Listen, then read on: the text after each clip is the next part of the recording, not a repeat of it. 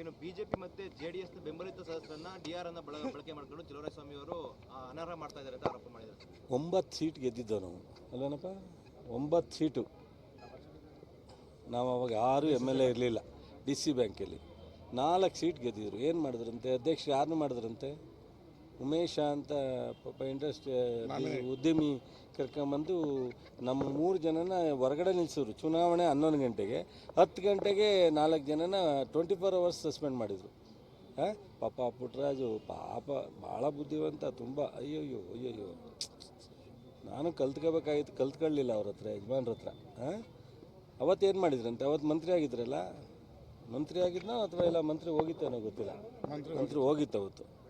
So BJP ಜೊತೆ ಸೇರ್ಕೊಂಡು 4 ಜನನ 24 hours ಅಮಾನತು ಮಾಡಿದ್ರಲ್ಲ. ನೋಡಿರಿ, ಕೋಆಪ್ರೇಟಿವ್ ಇಲಾಖೆಯಲ್ಲಿ ನಾವು ಅವರಷ್ಟು ಕೆಳಕಿಳಿದು ಮಾಡಲ್ಲ.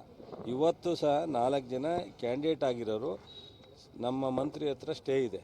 ಸ್ಟೇ ವೆಕೇಟ್ ಮಾಡಿದ್ರೆ ಅವ್ರು ಕ್ಯಾಂಡಿಡೇಟ್ ಆಗಂಗಿಲ್ಲ, ಅದನ್ನು ಅದಕ್ಕೆ ಕೈ ಹಾಕಿಲ್ಲ. ನಮ್ಮ ಶಾಸಕರು ಯಾರೂ ಒತ್ತಡ ಮಾಡಿಲ್ಲ, ಚುನಾವಣೆಯಲ್ಲಿ ಗೆದ್ದು ಬರೋಣ ಅಂತ ಹೇಳಿದ್ದಾರೆ. ಆದರೆ ಸೊಸೈಟಿಗಳಲ್ಲಿ ಸೂಪರ್ ಸೈಡ್ ಆಗೋ ಸೊಸೈಟಿಗಳಲ್ಲಿ ಮತ್ತು ಹಣಕಾಸಿನ ವ್ಯತ್ಯಾಸ ಇರ್ತಕ್ಕಂಥ ಸೊಸೈಟಿಲಿ ಕ್ರಮ ತಗೋಬಿಡಿ ಅಂತ ಹೇಳೋಕ್ಕಾಗತ್ತಾ? ಕಾನೂನು ಬಾಹಿರವಾಗಿರ್ತಕ್ಕಂಥ ಮತ್ತು ಹಗರಣ ಆಗಿರ್ತಕ್ಕಂಥ ಸೊಸೈಟಿ ಮೇಲೆ ಕ್ರಮ ಆಗುತ್ತೆ. ಅದಕ್ಕೆ ಡಿ ಆರ್ ಹೊಣೆ ಅಂದರೆ ಸುಮ್ಮನೆ ಇರೋಕ್ಕಾಗತ್ತಾ? ಕೋಟ್ಯಾಂತರ ರೂಪಾಯಿ ಇವತ್ತು DC ಬ್ಯಾಂಕ್ನ VSSN ಮೂಲಕ ಆಗಿರ್ತಕ್ಕಂಥ ಹಗರಣಗಳನ್ನು ನಾವು 3-4 ತಿಂಗಳ ಟೈಮ್ ಕೊಟ್ಟವ್ರೆ. ನಾನೇ ಟೈಮ್ ಕೊಡೋಕೆ ಹೇಳಿದೆ. ಈ 1 ವರ್ಷದಿಂದನೇ ಕ್ರಮ ತಗೋಬೇಕಾದವನು ಕೆಲವನ್ನ 1-3 ತಿಂಗಳು 4 ತಿಂಗಳು ಟೈಮ್ ಕೊಡಿ, ರಿಕವರಿ ಮಾಡ್ಕೊಳ್ಳಿ, ಆಮೇಲೆ ಕ್ರಮಕ್ಕೆ ಹೋಗಿ ಅಂತ ಹೇಳಿದೆ. ಸೊ ಅವರು ಕ್ರಮ ಅವ್ರಿಗೆ ಆಗದೇ ಇದ್ದಾಗ ಕ್ರಮಕ್ಕೆ ಹೋಗ್ತಾರೆ. ಮಂಡ್ಯ ಶುಗರ್ ಫ್ಯಾಕ್ಟ್ರಿ ನಿಮಗೆಲ್ಲರಿಗೂ ಗೊತ್ತಿದೆ ಯಾವ ರೀತಿ ಪರಿಸ್ಥಿತಿ ಇತ್ತು ಅಂತ.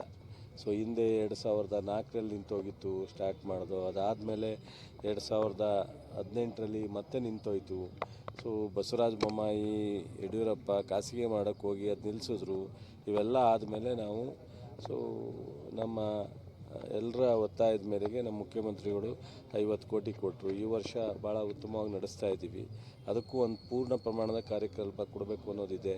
ಕೃಷಿ ವಿಶ್ವವಿದ್ಯಾನಿಲಯ ಇವತ್ತು ಗೊತ್ತಾಗಲ್ಲ ಬಿಡಿ, ನಮ್ಮ ಜನಕ್ಕಾಗಲಿ ಮತ್ತು ನಮ್ಮ ರೈತರಿಗಾಗಲಿ ಇವತ್ತಿಗೆ ಅದರ ಮಹತ್ವ ಏನು ಅಂತೇಳಿ ನಾನು ಎಕ್ಸ್ಪ್ಲೈನ್ ಮಾಡಿದ್ರು ಅದ್ರ ಗೊತ್ತಾಗಲ್ಲ.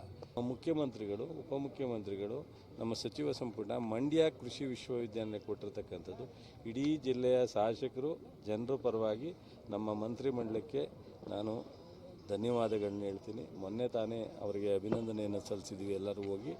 ನನಗೆ ಅತ್ಯಂತ ಸಂತೋಷ ಇದೆ. ನಾನು ಮುಂದೆ ಏನಾಗುತ್ತೋ, ಹಿಂದೆ ಏನಾಗಿದೆಯೋ, ಏನು ಮಾಡಿದೀವೋ, ರಸ್ತೆ ಮಾಡಿದೀವೋ, ಮಾಡ್ರೈನೇಷನ್ ಮಾಡ್ತೀವೋ, ಇನ್ನೊಂದು ಮಾಡ್ತೀವೋ, ಅದೆಲ್ಲ ಇದು ಶಾಶ್ವತವಾದ್ದು.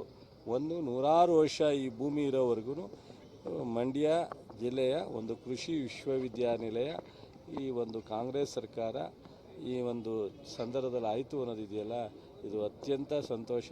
ಬಹುಶಃ ಇದರ ಮಹತ್ವ, ಇದರ ಉಪಯೋಗ ರೈತರಿಗೆ, ಸಾರ್ವಜನಿಕರಿಗೆ ಟೈಮ್ ತಗೊಳುತ್ತೆ ಗೊತ್ತಾಗಕ್ಕೆ. ಮಂಡ್ಯ ಮೇಲ್ಕೋಟೆ ಮತ್ತು ಮಂಡ್ಯ-ನಾಗಮಂಗಲ 2 ರಸ್ತೆ ಹಾಳಾಗಿದೆ. ಇದು 12 ಕೋಟಿಗೆ 15 ಕೋಟಿಗೋ ರವಿಯವರು ಆಲ್ರೆಡಿ ಅಗ್ರಿಮೆಂಟ್ ಆಗಿದೆ. ನಾಗಮಂಗಲ ರಸ್ತೆ ಆಗುತ್ತೆ. ಮೇಲ್ಕೋಟೆ ರಸ್ತೆ ನಾವು KCPನಲ್ಲಿ ಸೇರಿಸುವಂಥ ಪ್ರಯತ್ನ ಮಾಡ್ತಾಯಿದ್ವಿ. ಅದ್ರ ಮಧ್ಯದಲ್ಲಿ ತುಂಬ ಹಾಳಾಗಿರೋದ್ರಿಂದ ಮೊನ್ನೆ ಮುಖ್ಯಮಂತ್ರಿಗಳಿಗೆ ದರ್ಶನ್ ಒಂದು ಲೆಟ್ರ್ ಕೊಟ್ಟಿದ್ದಾರೆ. ಆದಷ್ಟು ಬೇಗ ಒಂದು ರಡ್ ಮಾಡೋದಕ್ಕೋಸ್ಕರ ಒಂದು 10 ಕೋಟಿ ರಿಲೀಸ್ ಮಾಡಲಿಕ್ಕೆ ಅದು ಆದಷ್ಟು ಬೇಗ ಆಗುತ್ತೆ.